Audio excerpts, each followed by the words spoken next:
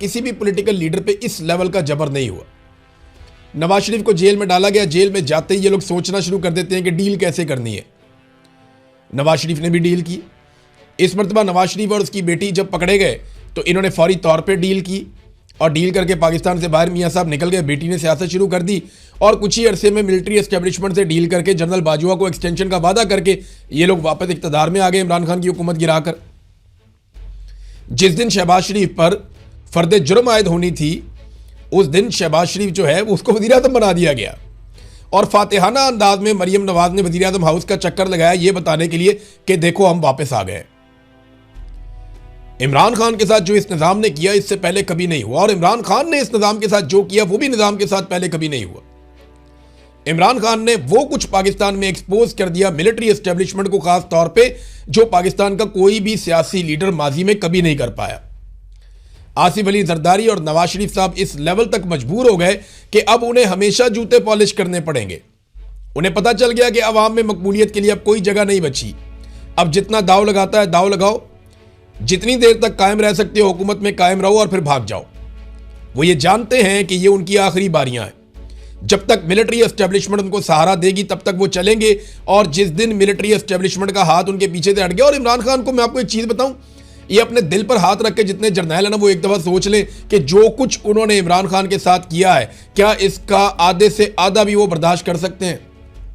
तो साफ बात है इनमें से कोई भी नहीं बर्दाश्त कर सकता। इस उम्र में आज इमरान खान की 74 साल उम्र है।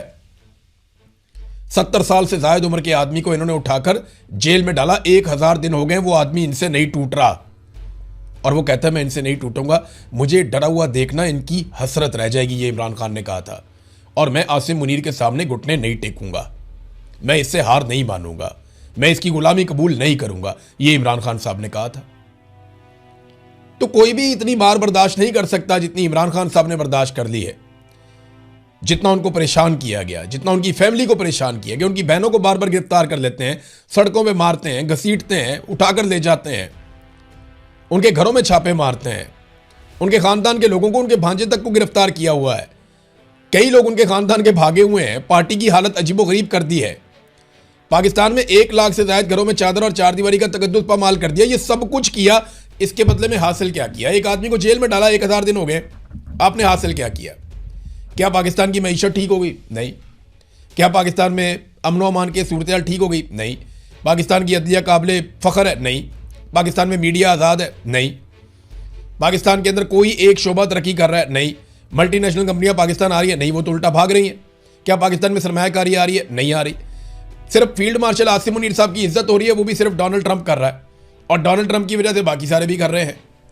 तो ये कब तक चलेगा मामला? जब मुल्क नहीं चलेगा तो फिर कुछ भी नहीं चलेगा।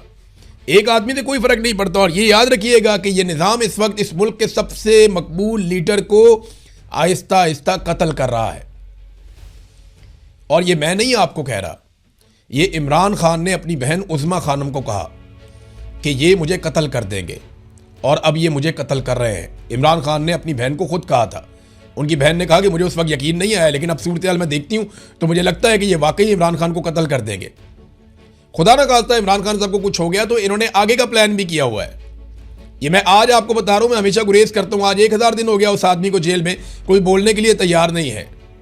तो मैं आपको यह बता देता हूं कि इनकी पूरी प्लानिंग है कि उसके बाद पाकिस्तान तहरीक इंसाफ में से किसको लाकर ये वजीर आजम बना देंगे और कुछ अर्सा पाकिस्तान तहरीक इंसाफ को हुकूमत देंगे, फिर पाकिस्तान तहरीक इंसाफ में तोड़ फोड़ करेंगे, बहुत सारे ग्रुप बना देंगे और उसके बाद चीजें नॉर्मलाइज कर देंगे।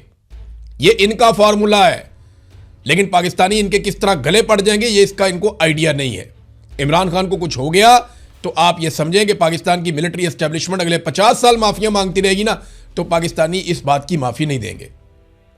ये बात सच है। फिर बहुत कुछ बदलेगा पाकिस्तान में, ये सबको बात समझ लेनी चाहिए।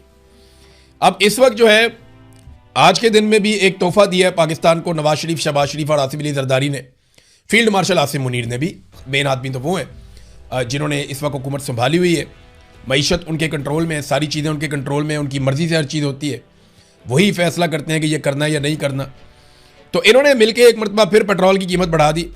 पेट्रोल और डीजल दोनों 400 रुपये लीटर के हो गए। 400 रुपये लीटर पेट्रोल, 400 रुपये लीटर डीजल, ये इन्होंने कर दिया पाकिस्तान के साथ। और याद रखें कि आज भी इमरान खान साहब के दौर जितनी कीमत आलमी मंडी में पेट्रोल की नहीं है। 150 से कम कीमत वाला पेट्रोल उठाकर 400 पे ले गए। ये इन्होंने अवाम को रिलीफ दिया है, क्योंकि 150 का पेट्रोल बहुत महंगा था। ये महंगाई मार्च कर रहे थे। फजलुर रहमान साहब जो है वो खुद बहुत ज़बरदस्त किस्म के एहतजाज कर रहे थे। रोला डाला हुआ था फजलुर रहमान साहब ने कि ये कैसे हो सकता है कि 150 रुपए का पेट्रोल। फजलुर रहमान साहब महंगाई मार्च निकाल रहे हैं, ये कर रहे हैं, वो कर रहे हैं, यहाँ एहतजाज, वहाँ एहतजाज। आज फजलुर रहमान साहब पुरसकून अंदाज में बैठे 400 रुपये लीटर पेट्रोल ले रहे हैं। अपने पैसों से लेना हो तो फिर मुश्किल भी होती है। ऐसा लगता है कि शायद उनको पेट्रोल फ्री मिल जाता है, या ऐसा लगता है कि उनके पास बहुत सारे पैसे हैं तो उन्हें फिक्र नहीं है कि पेट्रोल महंगा हो रहा है। इमरान खान के दौर में शायद उनके पास बहुत सारे पैसे नहीं थे और उन्हें 150 का पेट्रोल भी महंगा लगता था, और आज उन्हें 400 का पेट्रोल भी महंगा नहीं लगता। तो आलमी मंडी में कीमतें आज भी इमरान खान के दौर से तकाबली जायजा आप ले तो कम है। और याद रखिएगा, ये तेल की कीमतें नहीं बढ़ा रहे, ये टैक्सेस बढ़ा रहे हैं। ये उसके ऊपर टैक्सेस लगा रहे हैं और इनके पास रास्ता ही कोई नहीं है। मैं आपको फिर ये बता रहा हूं कि इनके पास कोई रास्ता नहीं है। इनको तेल की कीमतें लगातार बढ़ाती रहनी पड़ेंगी, और इनको बिजली की कीमतें भी बढ़ानी पड़ेंगी, इनको गैस की कीमतें भी बढ़ानी पड़ेंगी, इन्हें टैक्स भी बढ़ाना पड़ेगा, शरह सूद भी बढ़ानी पड़ेगी। उसकी वजह यह है कि इनके पास पैसा नहीं है मुल्क को चलाने के लिए। जितने कर्जे ये ले सकते थे इन्होंने लिए हैं, अभी ये और कर्जे लेने की कोशिश कर रहे हैं। ये सिर्फ कर्जे से और टैक्सों से मुल्क को चलाएंगे। मुल्क में मईशत का पहिया चलाने का इनके पास कोई मंसूबा नहीं है। जब तक ये हुकूमत रहेगी और ये निज़ाम रहेगा, पाकिस्तान में सियासी इस्तेहकाम नहीं आएगा और पाकिस्तान में मईशत का पहिया नहीं चलेगा। बज़ाहिर तो यही दिखाई दे रहा है।